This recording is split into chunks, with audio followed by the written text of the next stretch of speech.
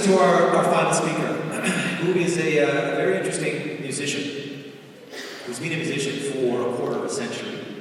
And he has a band that shares his name.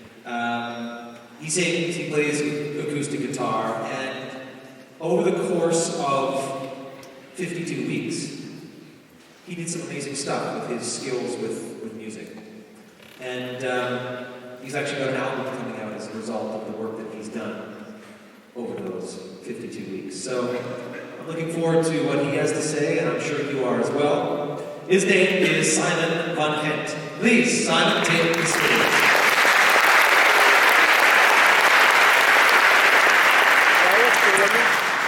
Right, so I wrote 52 songs in 52 weeks.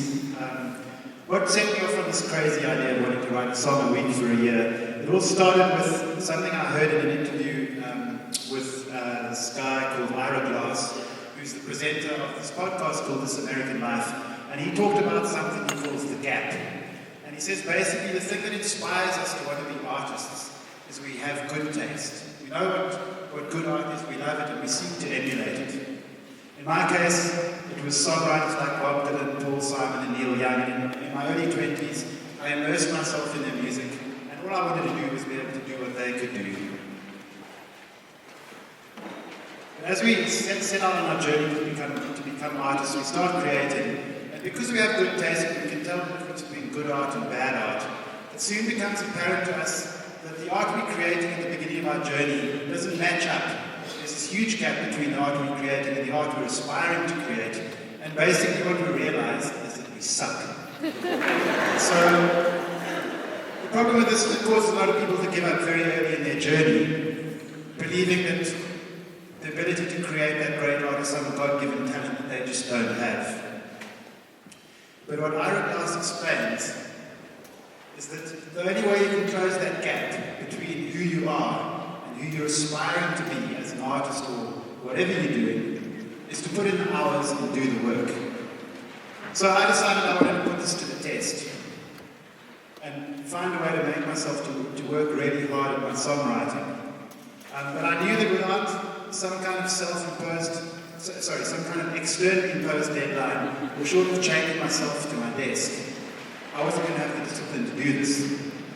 So what I really needed was some clever way to force myself to work hard. So the idea I came up with is this concept of your present self versus your future self, where you find something that's relatively easy to do in the present, that puts your future self into an uncomfortable position that it can't back out of. So for example, 6 weeks ago it was very easy for me to commit to doing this talk, knowing that my future self was going to have to pay the price 6 weeks later, when I would stand half terrified on a stage in front of you lot giving this talk. Another example is Oliver Sacks, who was really struggling to finish writing his first book, Awakenings. And he eventually got so desperate he made a pact with himself that if he didn't finish the book within 10 days, he would commit suicide. And as a result, he finished the book in 9 days. So rather than making a pact with myself, I figured a better way to do it is to make a pact with the world. To go out and tell everybody that I was going to do this thing. And get onto Facebook and announce it. And that way, if you don't follow through with it, you end up looking really bad. So that's the pressure. So I came up with the concept of writing a song every week for a year. And I went onto Facebook and announced it, and I started a blog called The Song a Week. And I got in touch with a producer friend of mine, Chris Tuck, and he agreed to record the songs professionally for me each week. So we'd have something really great to post on the blog, and we set off on this journey. The first thing I discovered is that this thing that everybody calls writer's block is actually just the fear of making bad art. Because I had a weekly deadline, I had to write that song no matter what. So, no matter what that voice in my head was saying about how much I sucked, how much the song sucked, how badly I felt about myself as an artist, or feeling like I was an imposter, I just had to push through that. The other great thing is, it forced a part of my brain to be constantly involved with the mission of getting the song written. I was constantly on the lookout for good ideas. Anything people said to me, things I read, I was thinking, could that be the song? Could that be an idea for a song? The thing about knowing that there were going to be 52 songs at the end of the process meant that I could afford to take risks artistically. Because if an idea ended up being a little bit too plenty of other songs to make up for it. And what I actually found out in the end was it was the songs that I took a chance on that often ended up being the best songs.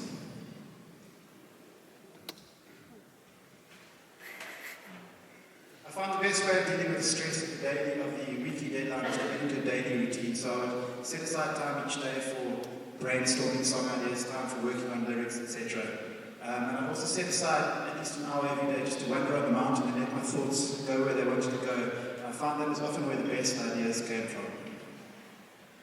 I discovered I've got two basic ways of writing songs. The first is where I come up with the idea before I write the song, and I build up the song around that idea in a very left brain kind of way. And the other is where I just stop writing with no idea of where the song's going, let my unconscious produce the lyrics, and the song emerges in a more right brain, dreamy kind of way. I once heard an interview with the songwriter Beck, and the interviewer said he didn't believe Beck had ever written a bad song. And Beck's reply was, no, he'd written plenty of bad songs, it's just nobody ever hears them. And then basically, in order to write the good ones, you've got to write the bad ones. So at the end of 52 weeks, I had 52 songs, some better than others, and I went out and performed these. I actually went on tour to Europe and America last year during this whole process, and performed these songs and got a sense from the audience feedback which were the good ones. And I realized at the end of the process I had about 20 songs that I'd be more than happy to put on an album, amongst which are possibly some of the best songs I've written ever. We then got all our friends to make lists of which songs they'd like to hear on an album, and we compared all these lists, and we took it down to an album's worth of really great songs. On previous albums I might have had 15 songs to choose from. This time I had 52 to choose from, so it meant the overall quality of what went on the album wasn't compromised. So we're now just in the final stages of producing the album. In fact, my producer's going to be sending the master to me tomorrow. And the great thing is he did a really good job of recording the initial block songs, so we're actually able to reuse a lot of those in the album, just adding drums and bass and other instrumentation where necessary. The last thing we did was we got an artist in Johannesburg, Sanet Stefan, to do an illustration of each of the songs. And we've box framed these along with a CD of that song. And you're all invited to come along on the first Thursday of September to Young Blood Gallery in Bree Street, where we're going to be having our combined album launch and Song of the Week exhibition opening, where we'll be selling these songs. And lastly, I'd just like to say a big thank you to Elizabeth Grunewald for the gorgeous illustrations in this slideshow. Thank you.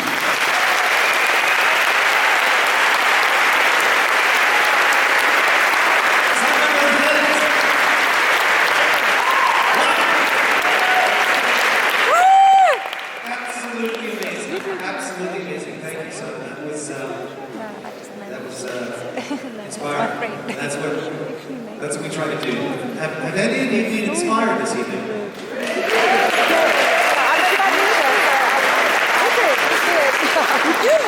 I only saw the virgins clapping. Anyways, I like to kind of pull together my learnings from the evening at the end here, and what I learned this evening, and I don't know what you guys learned, but this is what I take away. If I were crazy enough